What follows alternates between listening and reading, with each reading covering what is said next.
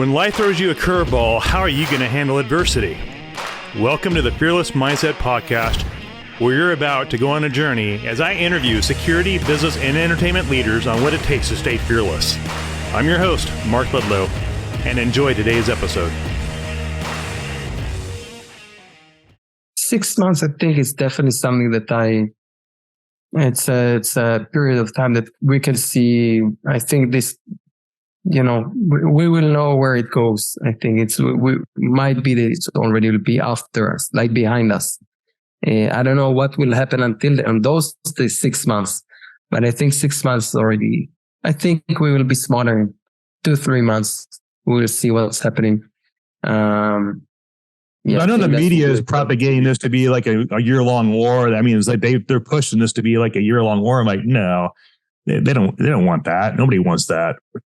Nobody wants that, but it can definitely take a couple of months, which is, in our standards, even our biggest war.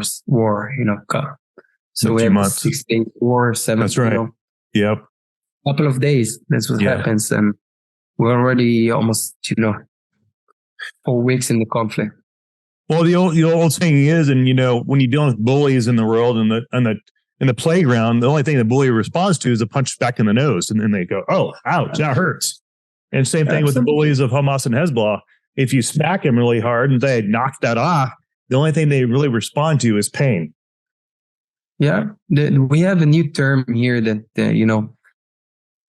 us veterans, we know that for a long time, but there is now, just you need to start speaking Arabic with them. And what does it mean? It needs that, you need to speak their own language. Basically. Absolutely. Give them a taste of their own medicine. Yeah, that's what, unfortunately, that's what they understand. I can give you a quick example about what it means.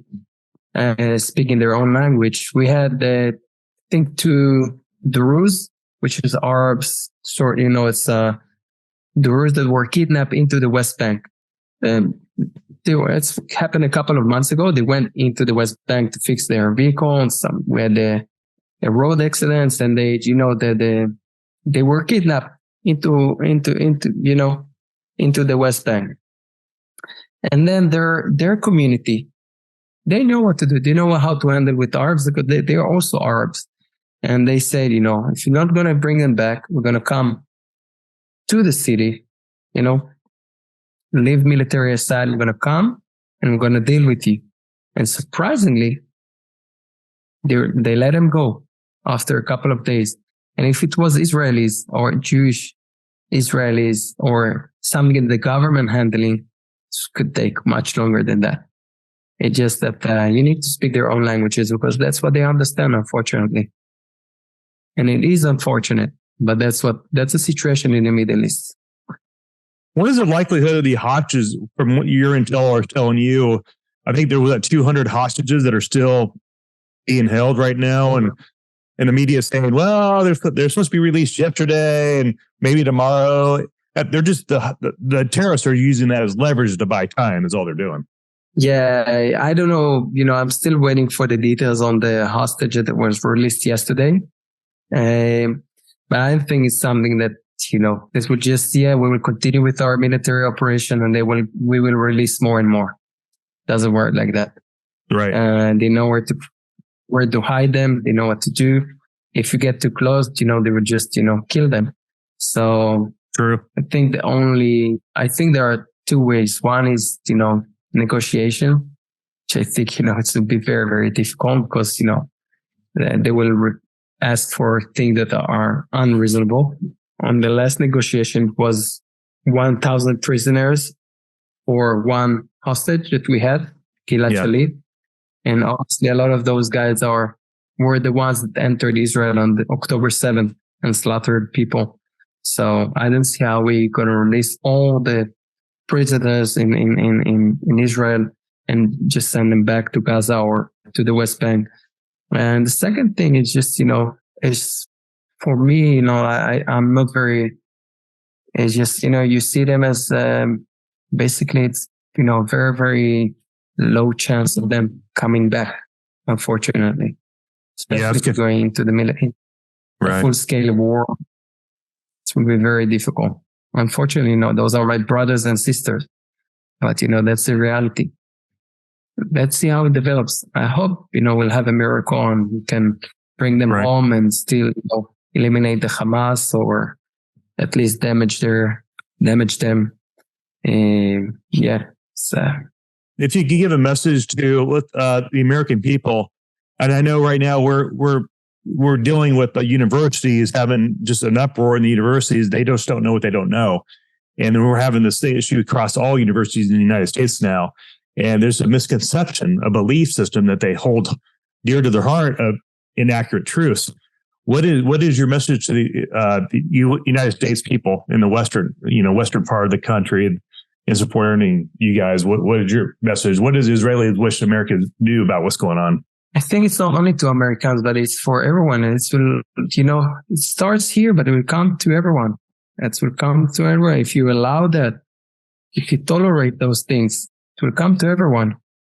Unfortunately, we saw that, we're seeing that, and, extreme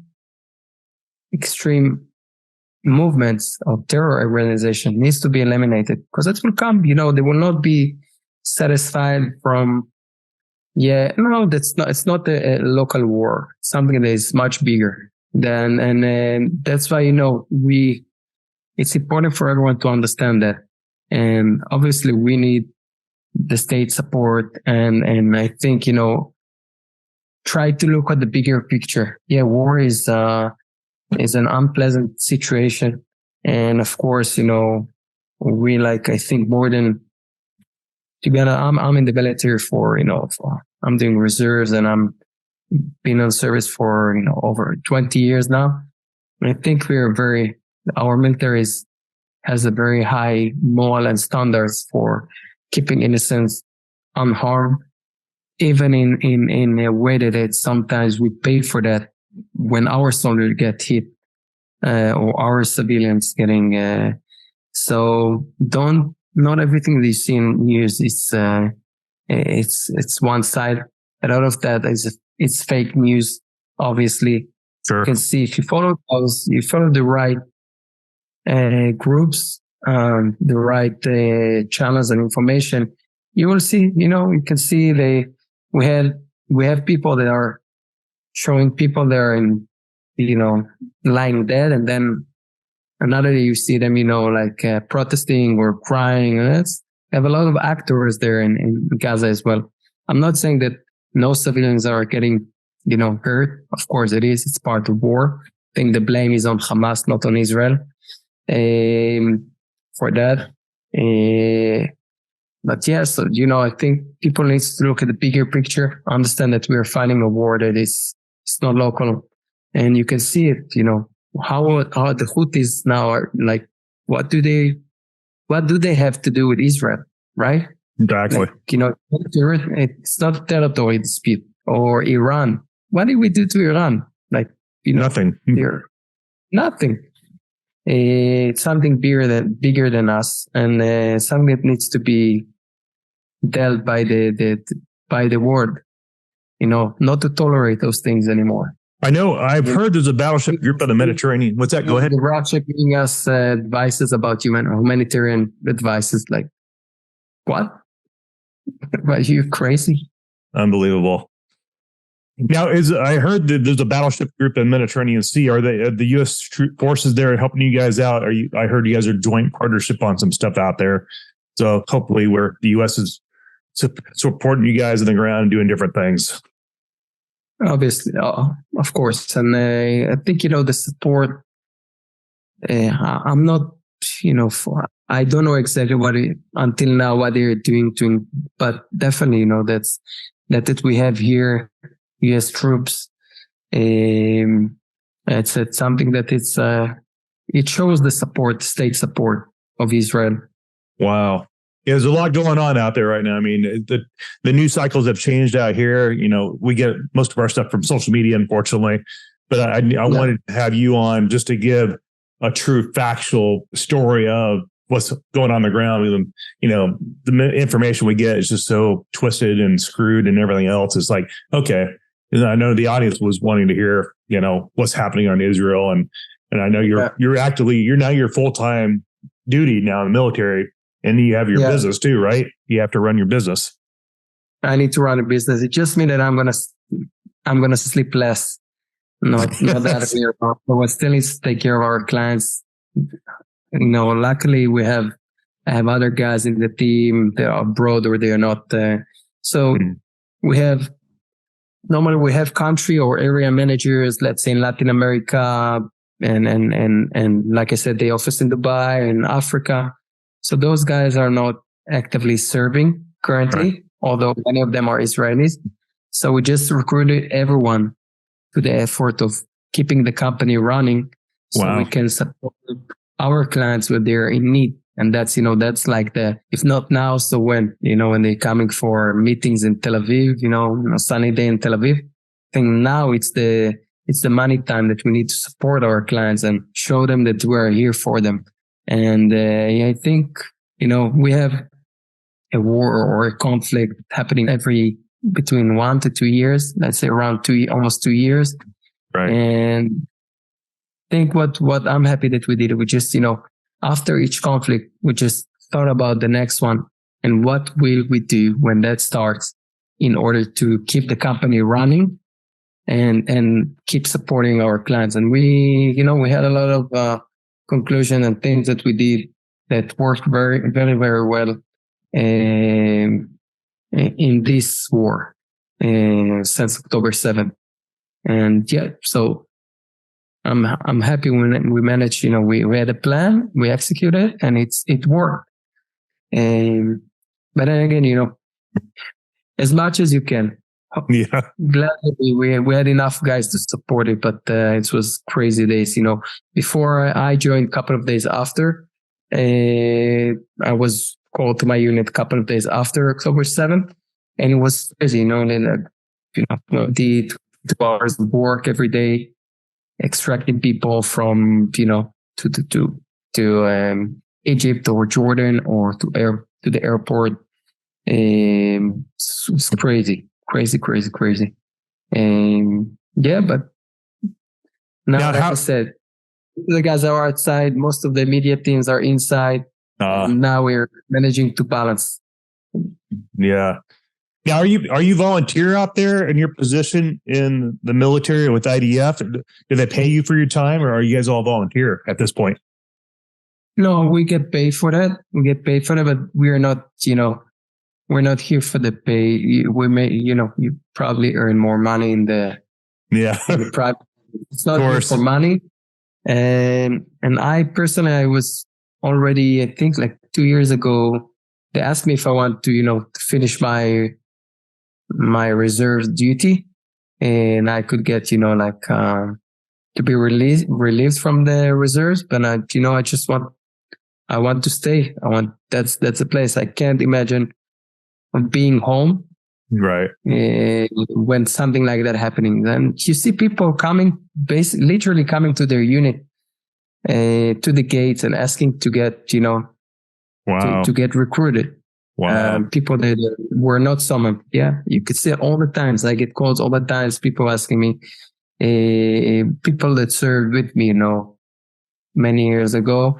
And they said, I want to join. I want, please speak with someone that can help me join forces and be recruited. And so we have a lot of that. I can't imagine being home when that's such a crucial time. Oh, absolutely. It's just a servant heart attitude you have to have. And I've heard you had people Israelis from all over the world coming back to Israel, all over the world, catching flights. How does that work? Did the government pay for the flights for them to come back? Did the Israeli? Nope. Yeah, the government arranged flights because it's hard to get flights in Israel because the air crews, and so they didn't want to stay overnight in Tel Aviv or in Israel at all because of the the rockets, and that's why we had a lot of flights canceled. I took a lot of guys evacuated to the airport and just had to take them back to the hotel and change plans. Because a lot of companies, they couldn't fly into Israel because they had no crew. Israel. So what Israel did, it just take the Israeli companies and they arrange flights from big cities around the world for people that came back for and recruit the military to the reserves. Wow. That's a lot of people. Three people with me and my team that were on business or on vacation abroad, and they came back with the military aircraft. Wow. Holy cow. That's how they did it. Yeah, I had people ask me this: if they wanted to come to Israel, could they come to Israel, say they're veterans from the U.S. military? Could they leave the United States? They can enter Israel easily. It's not a problem to enter Israel. I think, what I've been asked is people want to be recruited. And that's, not something that I see that will happen because like I said, even people that did serve in the military, they're trying to get recruited, but, the military can't just recruit people, especially when they're foreigners, although they were veterans. And I have people sending me CVs. I want to help. And to be honest, it's warms my heart and I appreciate it. But, I think what they can do is just the front, like helping with the effort, not in the front lines, but in the back, which is not, it's as important, if not more, because you can't fight when everything goes wrong in the back, right? Right. So something that they can do. I said, I think there's a lot of things to do also from the States. So, making sure that people understand, explain, do some social media, go to protest for Israel. We see a lot of protests all over the world for Gaza, and obviously we're not too many people in camp. Way more Muslims than Jews or supporters. So, so there's a lot of things to do, even from back home. If you're good with media, you're good with social media, just spread things, spread it there. Make sure it's not fake news to here or there. Doesn't matter if it's our fake news or the other side. Make sure that you have something reliable and just spread it. There's a lot of things that can be done. Like I'm too old. Israeli probably wouldn't accept me. I'm too old and I don't know Israeli tactics or functions or SOPs. So I'm a Marine, but I wouldn't be really worth much on the field because I don't understand how you do things over there. And I wasn't trained military. So I figured, you know what? I'll use my podcast as a platform to get the word out. Yeah, no. And I think, you're not too old and you obviously can help a lot if you be here with us. But like I said, it's not something that you just can come and join the military. It won't work like that here. And it's a process. The podcast is a great way. Yeah, the podcast is a great way to spread the word and interview people that are on the ground here and show that's what's really happening. Yeah, the truth just to be shared and needs to be told from your perspective versus a social propaganda news media story that's not even true, just to spin people emotions up. So that causes people in other countries to create hate, and there's no facts to justify that hate. And it's all propaganda.